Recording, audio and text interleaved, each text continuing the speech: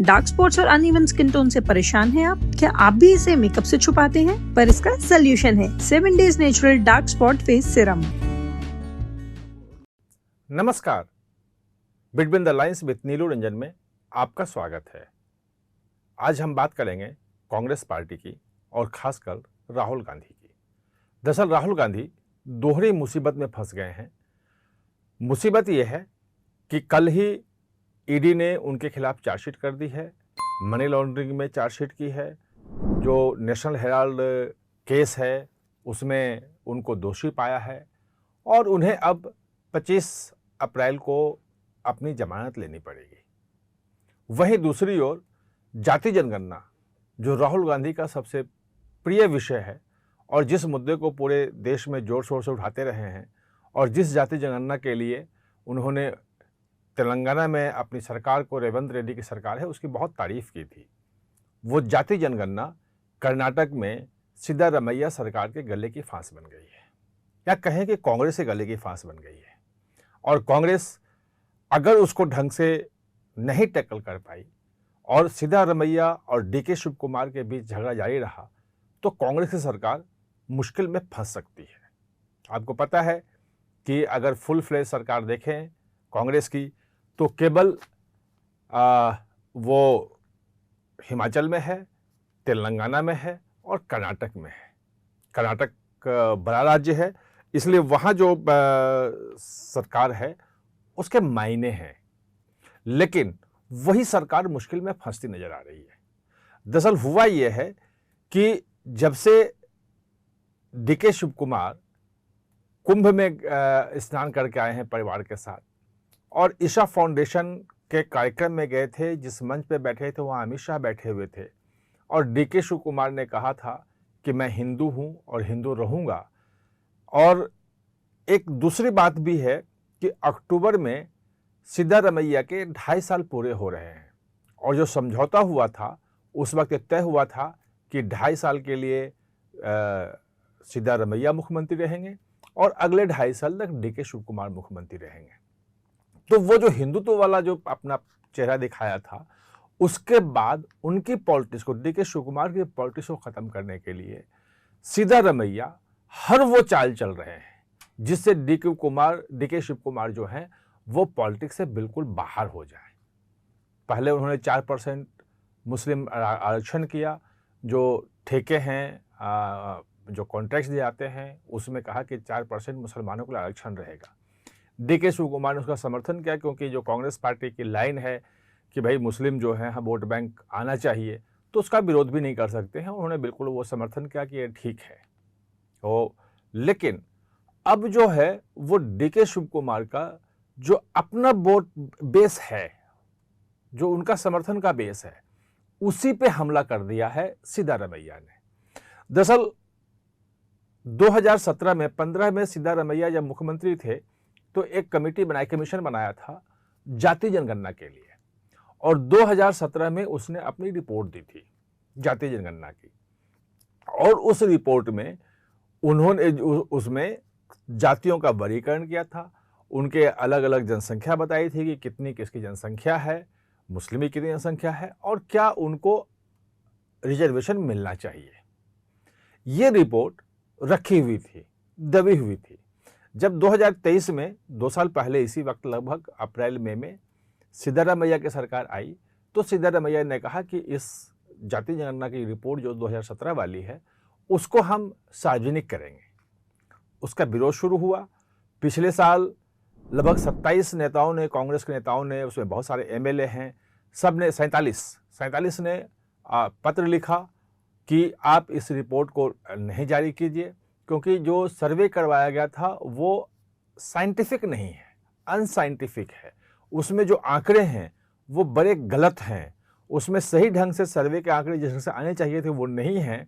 और बहुत सारी जातियों को, खासतौर पे वोक्कालिगा जो वहाँ की दूसरी सबसे बड़ी जाति है और लिंगायत, ये इन दोनों को ये स्वीकार नहीं होगा।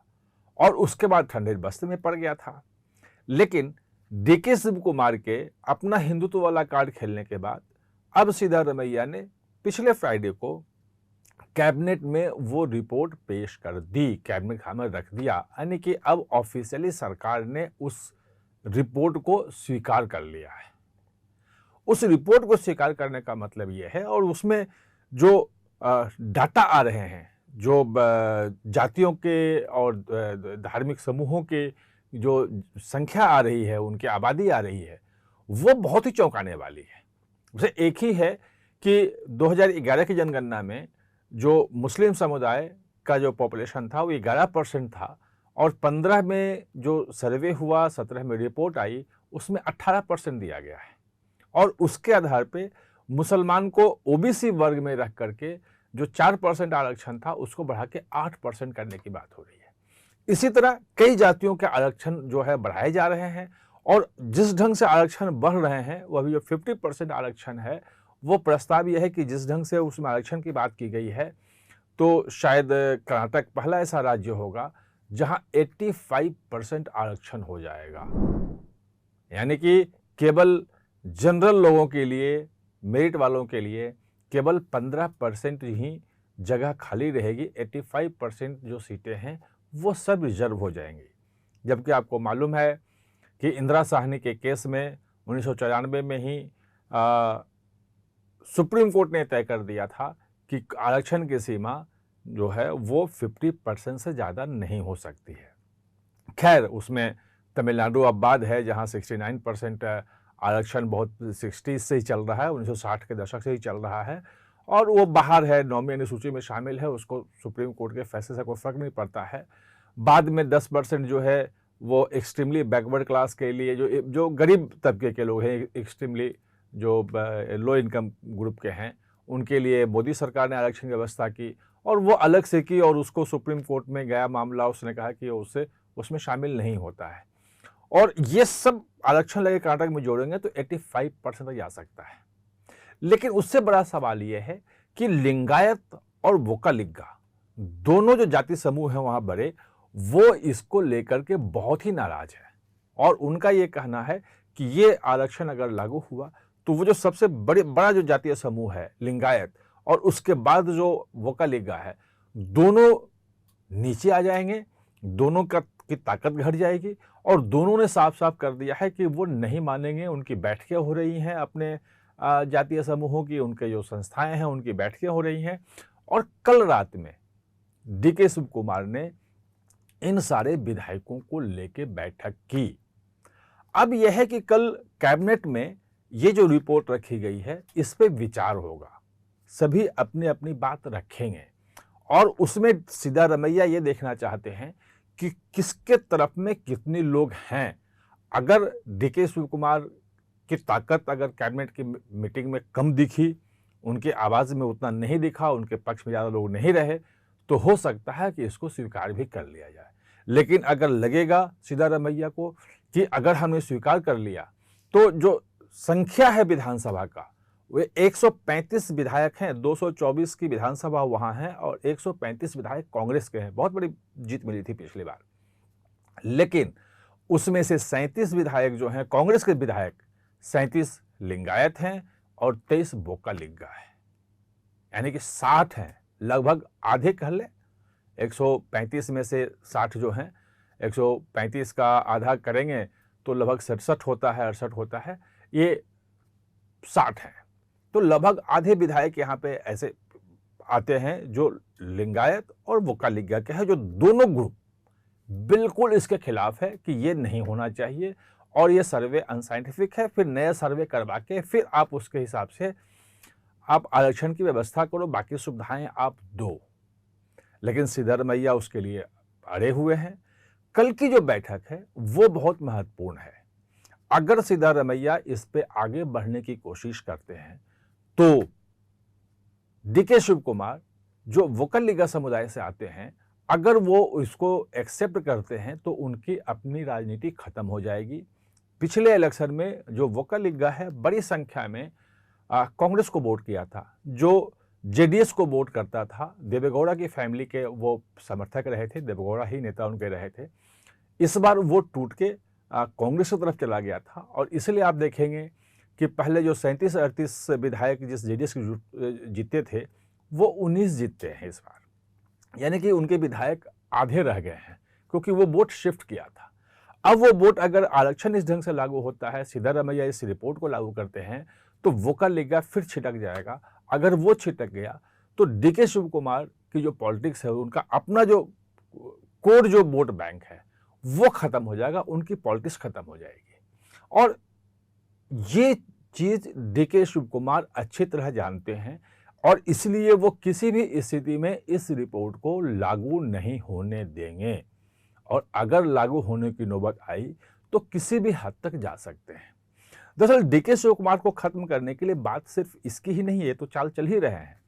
उनके लोग लगातार मांग कर रहे हैं केंद्र से, जो केंद्रीय नेतृत्व है कांग्रेस के, उससे कि एक व्यक्ति एक पद का जो सिद्धांत था, जो जोधपुर के कांग्रेस के राष्ट्रीय कार्य समिति की बैठक में जो तय हुआ था, उसको लागू किया जाए। डीके शिव कुमार वहां पे प्रदेश अध्यक्ष भी हैं और डिप्टी चीफ मिनिस्टर भी हैं।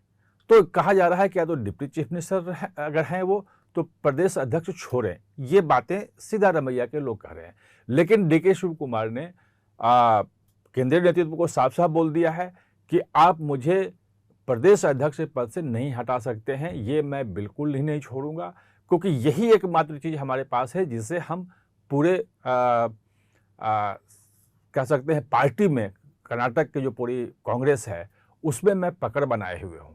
इसके पहले भी बात हुई थी कि जब डीके शिव कुमार विदेश गए हुए थे तो सिद्धारमैया ने दलित एमएलए जो हैं वो उनकी अलग से बैठक बुला ली थी। ये बात जब उनको पता चली तो डीके शिव कुमार ने कहा कि प्रदेश अध्यक्ष मैं हूं और मेरी अनुपस्थिति में कैसे बैठक बुलाई जा रही है विधायकों की। तो उसके बाद केंद्रीय नेतृत्व ने उसमें हस्तक्षेप किया और अंतिम समय में वो बैठक सिद्धारमैया को टालनी पड़ी। अब समस्या यह है कि डीके शिव कुमार और सिद्धारमैया की लड़ाई जिस लेवल पे पहुंच गई है और जातीय जनगणना का सवाल जो है, उसकी जो रिपोर्ट है, वो इस लड़ाई को बिल्कुल एकदम ट्रिपिंग पॉइंट, जहां पे कहीं भी कुछ भी किसी तरफ जा सकता है, वहां तक पहुंचा दिया है। तो राहुल गांधी इस चीज को कैसे सुलझाएंगे? और ऐसी स्थिति में जब खुद वो नेशनल हेराल्ड केस में फंस गए हैं और ईडी इनको को चार्जशीट कर दिया है, यानी कि एक साथ दो बड़ी मुसीबतें उनके सामने है और उनसे उन्हें निपटना है।